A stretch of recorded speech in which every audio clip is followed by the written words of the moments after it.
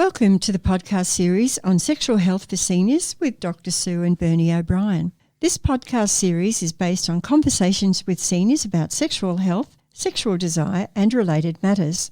In this session, we will be discussing Grant. Welcome, Bernie. Thank you, Dr Sue. It's getting more and more interesting as we go along. Just to give a bit of background, and I have said this before in the previous podcast sessions, sexual desire was a topic that I researched with the Queensland University of Technology some years ago by interviews with a range of older people who were 65 years and over. This session's narrative is about sexual desire from an older person's perspective, and our focus this week is on Grant's story. Grant was a tall, wiry gentleman with a slight stoop. He had thin grey hair and an open, friendly face. Grant was 82 years of age at the initial interview. He'd been widowed twice after 2 long marriages. He now lived on his own since his second wife had died almost 10 years ago. Grant described both of his former wives as the 2 most beautiful women in the world. He had never been unfaithful during those 2 marriages. He enjoyed the sexual relationships in both marriages and had enjoyed regular sex until his second wife's illness was very advanced. While he looked to be in relatively good health, Grant had already been diagnosed with a terminal illness and was also recovering from a transurethral resection of the prostate, otherwise known as a TURP, to improve urinary flow. He was very open about his sex life.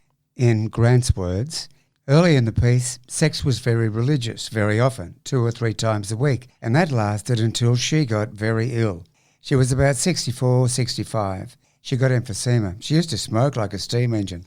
She was on oxygen 24 hours a day for a few years, and it just got too much.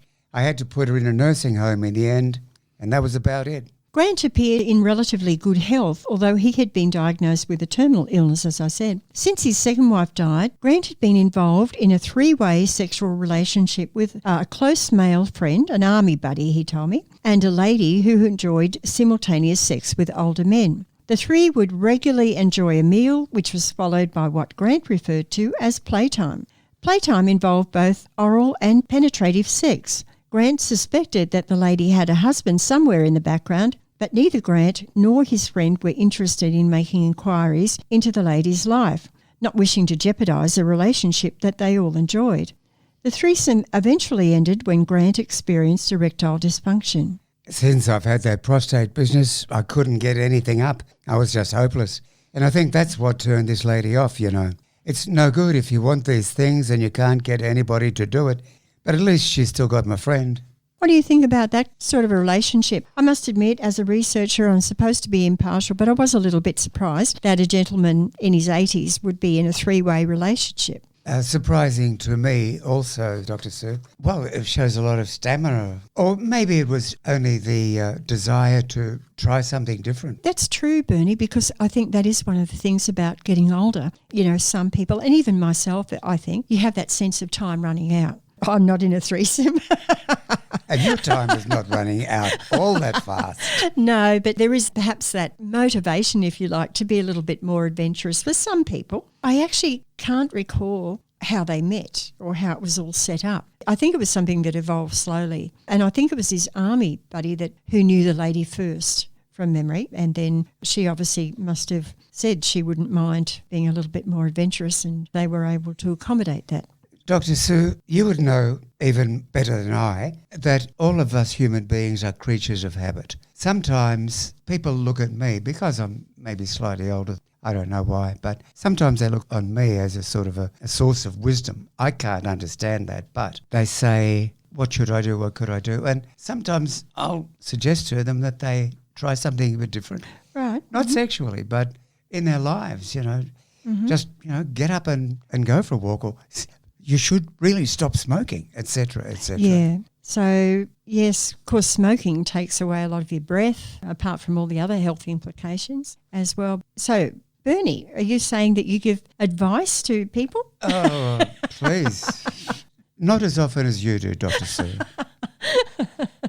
Oh, I don't think I had any advice for Grant. Yes, he was very open about everything. And so did the threesome end? Yeah, well, it ended up getting erectile dysfunction. so he wasn't able to carry on. So, he did say the relationship between him and his buddy and the lady did continue on. Since the threesome ended, Grant had been involved in a succession of relationships, sexual and companionable. Grant was also the victim of exploitation from one relationship, giving away thousands of dollars in cash and gifts until his family became aware of the situation and assumed financial control over Grant's affairs. Grant was relieved that his family had stepped in, although he resisted their attempts to relocate him into a rural area to be closer to them. He loved his little cottage by the sea and thought the climate would be too cold for him out in the country. Grant continued to form new sexual liaisons, and various remedies allowed him to sustain an erection at times, although treatments were not consistently successful. Grant thought that a sexual life was very important, and he continued to experience sexual desire, he reported. I feel like having sex regular as clockwork. As soon as I wake up, I say, God, I wish I had somebody here, and all that sort of thing, but there's nothing there. Like, it wouldn't matter what I try to do and that, it doesn't do anything, and I won't bother using that injection stuff again. But I do think sex is all people are put on earth for, really and truly. Well, Bernie, we've talked about this a bit earlier in another session about sex not being the be-all and end-all of a relationship, but there were so many other things involved. Yes. But not to Grant. Well, in his 80s, he really has some remarkable ideas. But yes, Dr. Sue, sex is important.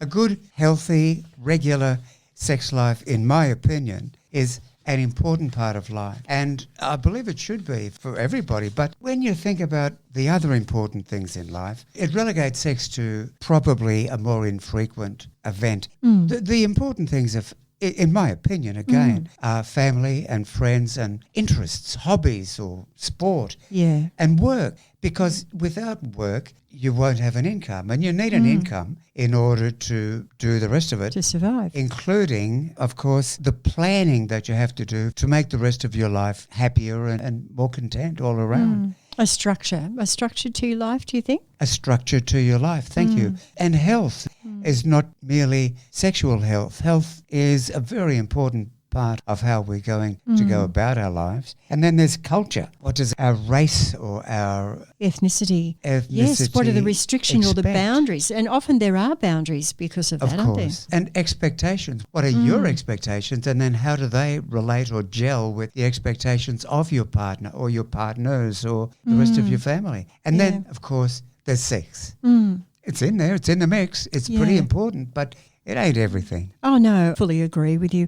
And the research shows that people who have meaning in their life are more likely to live a longer age. And perhaps it's also a deterrent for dementia, although I don't think that's always the case. Very intellectual people still able to get dementia as well. But yeah, I think having that meaning. But I guess with Grant, sex itself seemed to have an unusual meaningfulness for him. Because he saw it as the be-all and the end-all, which I thought was quite unusual as well for an older person. It does seem strange. Oh, the other thing, Bernie, I wanted to talk about was all the array of medications and treatments that are available for erectile dysfunction. In the past, a lot of men wouldn't have the options of having an injection to pump up their penis or that kind of thing. The Viagra, all of the different treatments that are available now that support a longer sexual active life. Yes, well, you are the doctor, and you're quite right. I have a PhD. I'm not a medical doctor. I should clarify that for listeners. Yes. I have no knowledge of the pumping procedure, but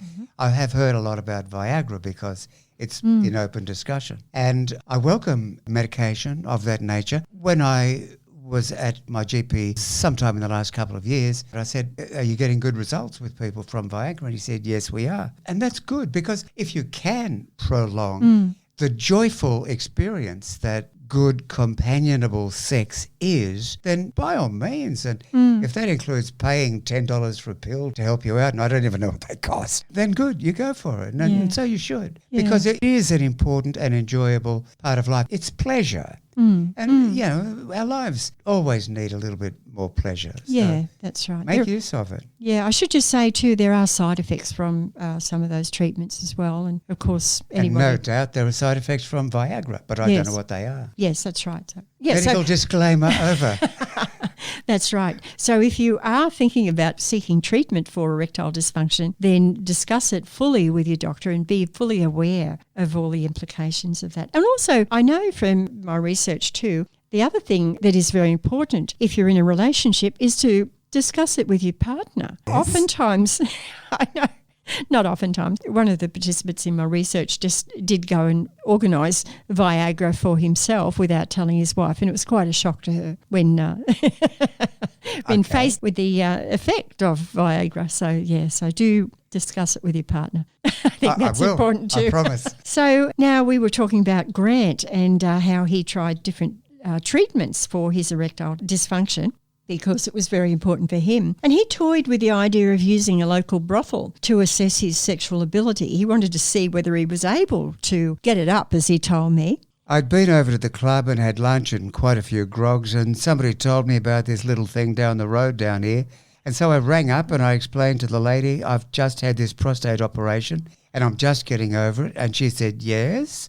And I said, well, I want to find out if it works. And she said, well, $130 and a half an hour after and you will know. But in the end, Grant decided not to visit the brothel. He was philosophical about his situation, but had not given up hope of resuming a sexual relationship in the future. However, as time progressed, Grant found that he was unable to ejaculate, and even masturbation was becoming painful. I've been active all my life and it's just, I don't think I could even masturbate because it hurts now. It's just got to that stage, the feeling is there, but there's nothing else there now. In his endeavour to overcome sexual dysfunction, Grant had accumulated a stock of pharmaceuticals which had not been used. Grant was willing to share the unused pharmaceuticals to help a friend with a similar problem. My mate comes and gets some off me every now and then, just to pack it off me here and there because he runs out and he knows I've still got some. What do you think of the implications of that, Bernie? I think that's his army buddy, Dr Sue. It might be. Yes, it might be. But it's the implications of sharing medication, not good, not good. No. They're prescribed for a reason, and the reason does not apply to everybody. As we've spoken in this session and in previous sessions, everybody has different requirements medically, and you shouldn't ever consider sharing medication. No, that's right. Yeah, and I do recall gave some of his medications to a friend who lived in the country, and they had to travel for a long distance in the car in the heat in summertime. Of course, a lot of medications require refrigeration. So they do, and a lot also have a pretty important use-by date after which they're sort of not effective anymore. That's right. And, he'd had them on the shelf for quite a while. Yeah, I think we should advise or recommend that people don't share their medications because, as you said, everyone may have a different reaction to them and side effects may be different for different people. So any final thoughts about Grant, Bernie? An interesting story. Yes, very interesting. We're all unique once again, and I wish the man well. I believe that he's entitled to pursue his own pleasure in his own fashion, and if he can find other like-minded people to help him pursue, then that's fine. Simply not my business, and I wish him all the best. Well, there is a sad epilogue to Grant's story. Grant finally succumbed to his terminal illness after living for several years after his diagnosis, outliving his life expectancy by a few years. For all his optimism and sunny disposition, Grant's narrative didn't end well. He suffered a series of minor strokes and struggled to remain independent. About a year before his death, Grant experienced a major stroke that left him unable to return to the little cottage by the sea that he loved so much. The sexual adventure was over for Grant. His hopes for warmth at the end of his life went unheeded. His family organised a nursing home placement in a rural area near where they lived. The coldness of life preceded the coldness of death for Grant.